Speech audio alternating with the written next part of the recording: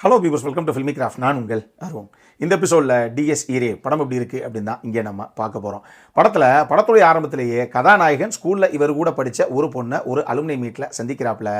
இவங்களுக்குள்ள அங்கே இருந்து ஒரு அழகான ரிலேஷன்ஷிப் ஒன்று ஸ்டார்ட் ஆகுது. ஒரு கட்டத்தில் அது ஃபிசிக்கல் இன்டிமேசி அப்படிங்கிற லெவல் வரைக்கும் போகுது.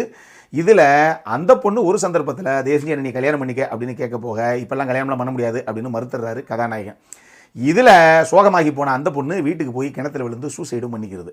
இப்போ அந்த 16வது நாள் காரியம் முடியறதுக்குள்ள அந்த பொண்ணுடைய வீட்டுக்கு துக்கம் அனுசரிக்கிறதுக்கு கேட்கறதுக்காக போகிற கதாநாயகன் அங்கே அந்த பொண்ணுடைய ரூமுக்கு போய் ஒரு ஹேர் கிளிப் ஒன்று இருக்குது, அதை எடுத்து பையில் வச்சுட்டு வந்துடுறாப்புல.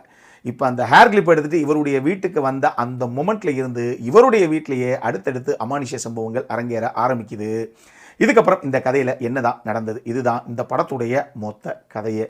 இந்த படத்தை இயக்குன ராகுல் சதாசிவன், அவர் இதுக்கு முன்னாடி இயக்குன பூதகாலம் படமாகட்டும், பிரம்மயுகம் படமாகட்டும், அதனாலேயே இந்த படத்துக்கு ஒரு மிகப்பெரிய எக்ஸ்பெக்டேஷன் ஒன்று இப்போ செட் ஆகிருக்கு. இந்த படத்தில் கதாநாயகனுடைய கதாபாத்திரம்லாம் புதுசாக எழுதிட்டாங்க அப்படின்லாம் நம்ம சொல்ல முடியாது. வழக்கமான சூப்பர் நேச்சுரல் ஹாரர் த்ரில்லர் படங்களில் கதாநாயகனோ கதாநாயகியோ அவங்களுடைய லீடாக வரக்கூடிய அந்த கதாபாத்திரம் எப்படி எழுதப்பட்டிருக்குமோ அப்படி ஒரு கேரக்டராகத்தான் எழுதப்பட்டிருக்கு இந்த படத்தில் ஹீரோவுடைய கேரக்டர். ஆனால் பிரணவ் மோகன்லாலுக்கு இது ஒரு வித்தியாசமான கதாபாத்திரமாக தெரியறதுக்கு வாய்ப்பு இருக்குது. அவர் அந்த கதாபாத்திரத்துக்கு என்ன தேவையோ ரொம்ப கனக்கச்சிதமாக ரொம்ப நீட்டாக அட்டகாசமாகவே கொண்டு வந்திருக்காரு இன் டேர்ம்ஸ் ஆஃப் பர்ஃபார்மன்ஸ்.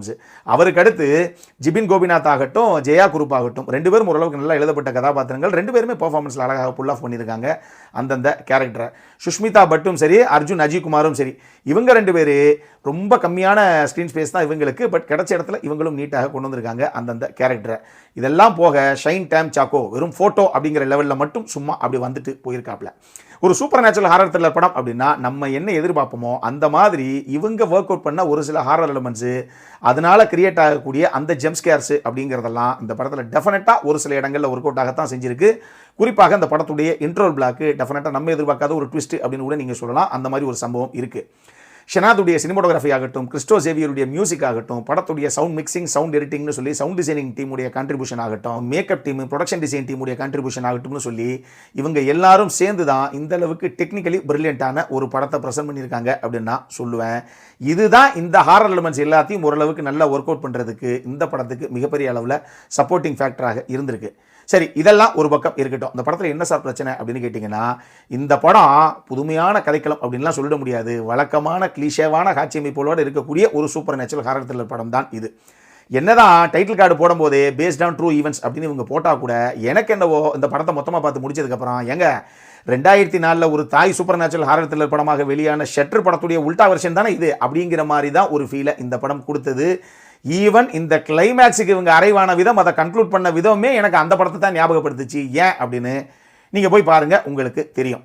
இந்த படத்தில் கிரண் அப்படின்னு சொல்லி ஒரு கதாபாத்திரம் வரும். அந்த கதாபாத்திரத்தை ஹீரோவோட பேசும்போது உண்மையாகவே ஒரு என்டிட்டி மாடியிலேருந்து தூக்கி கீழே ஓட்டு கடைசியாக கிரணை தூக்கி ஹாஸ்பிட்டலில் குத்திரும் கொலையுமா அட்மிட் பண்ணுறாங்க இல்லையா, அதை எதுக்காக அந்த என்டிட்டி பண்ணிச்சு அப்படிங்கிறதுக்கான ப்ராப்பரான ஜஸ்டிஃபிகேஷன் இந்த படத்தில் எங்கேயுமே விடப்படலை. ஹாஸ்பிட்டலில் தூக்கி போட்ட அந்த கிரணுக்கு கடைசியாக அதுக்கப்புறம் என்ன ஆச்சு அப்படிங்கிற விஷயத்தையும் அதுக்கப்புறம் இவங்க பேசவே கிடையாது. இத்தனைக்கும் சார் என் கூட பேசின இந்த கிரணை நான் தள்ளி விடல சார், ஆக்சுவலி என்ன நடந்ததுன்னா அப்படின்னு ஜிபின் கிட்ட போய் நம்ம கதாநாயகன் சொல்ல ட்ரை பண்ணுற அந்த தருணத்தில் அதை கேட்கக்கூடிய நிலைமையில் ஜிபின் அந்த மொமெண்ட்டில் கிடையாது. ஆனால் படத்துடைய செகண்ட் ஹாஃப் ஃபுல்லாக அந்த ரெண்டு கேரக்டர் தான் சேர்ந்தே ட்ராவல் பண்ணால் கூட அதுக்கப்புறம் அந்த விஷயத்தை பற்றி ஹீரோ எங்கேயுமே ஜிபின் கிட்ட விளக்கவும் இல்லை, அதை பற்றி பேச ஆரம்பிக்கவும் இல்லை. சரி, இவர் தான் பேசலை விடுங்க. தன்னுடைய வீட்டில் தானே இப்படி தான் நினைக்காத ஒரு அமானுஷ்ய சம்பவம் தான் வீட்டுக்குள்ளே தான் சந்தித்தேன் அப்படிங்கிற விஷயத்தை ஜிபின் கதாபாத்திரமும் ஹீரோ கிட்ட எங்கேயுமே சொல்லவே இல்லை. அப்போ இந்த ரெண்டு சீனும் எதுக்கு தான் வைக்கப்பட்டது, இதுக்கான பின்னணி காரணம் என்ன அப்படிங்கிறதும் நமக்கு புரியலை. வெறும் ஜம்ப்ஸ்கேர்ஸை கிரியேட் பண்ணுறதுக்காக மட்டுமே சும்மா தேவையே இல்லாமல் உள்ளே வச்சு விட்டாங்களோ அப்படிங்கிற ஒரு ஃபீலும் நமக்கு வரத்தான் செய்யுது. இந்த மாதிரி ஒரு சில விஷயங்களும் இந்த படத்தில் எனக்கு தோணத்தான் செஞ்சது.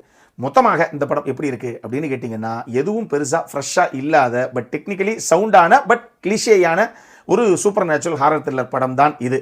நான் உலக படங்களே பார்த்தது கிடையாது. சும்மா அப்படி ஜன்னலும் கதவும் ஆனாலே நமக்கு ஒரு மாதிரி திகிலாயிரும் சார் அப்படிங்கிற ரசிகர்களை மட்டும் டார்கெட் பண்ணி எடுக்கப்பட்ட படமோ அப்படிங்கிற மாதிரி தான் எனக்கு ஒரு ஃபீலு.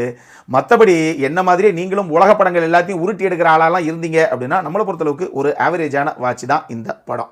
அடல்காரனை பொறுத்தளவுக்கு ஃபிசிக்கல் இன்டிமேசியும் சரி, கொஞ்சம் ஜம்ப்ஸ்கேர்ஸை கொடுக்கக்கூடிய அல்லு வர்ற மாதிரி அந்த மாதிரி ஒரு சில காட்சி அமைப்புகள் வச்ச விதத்தில் இந்த படம் ஏ சர்டிஃபைடு படம். ஞாபகத்தில் வச்சுக்கோங்க, குழந்தை ஊட்டியோடு போயிடாதீங்க, உள்ளே எல்லாம் விட மாட்டாங்க. இந்த படம் நம்மூர் தியேட்டர்ஸ்லேயே இங்கிலீஷ் சப்டைட்டில்ஸோட அவைலபிளாக இருக்குது. அப்புறம் ஒரு முக்கியமான விஷயம், இந்த படத்துடைய விமர்சனத்தோட கிட்டத்தட்ட 3 வீடியோ இன்னைக்கு முடிஞ்சிருச்சு. 4வது வீடியோக்கு நோட்டிஃபிகேஷன் வராது. அடுத்து பாகுபலி தி எபிக் அதுக்கு ஒரு வீடியோ இருக்குது, அந்த விமர்சனம் வரும். அதனால பொறுமையாக வெயிட் பண்ணி அந்த விமர்சனத்தையும் எப்படியாவது பார்த்துருங்க, மிஸ் பண்ணிடாதீங்க. அப்புறம் நம்ம சேனலுடைய சப்ஸ்கிரைபர் லெவலு இதே லெவல்லையே ஒரு 5 வருஷமா அப்படியே நிற்கிது. அதனால முடிஞ்ச அளவுக்கு இந்த விமர்சனம் பிடிச்சது அப்படின்னா உங்களுடைய ஃபேமிலி அண்ட் ஃப்ரெண்ட்ஸுக்கு சோஷியல் மீடியா ஹேண்டில்ஸில் நம்மளுடைய விமர்சனத்தை கொஞ்சம் ஷேர் பண்ணிவிட்டு ஹெல்ப் பண்ணுங்கள்.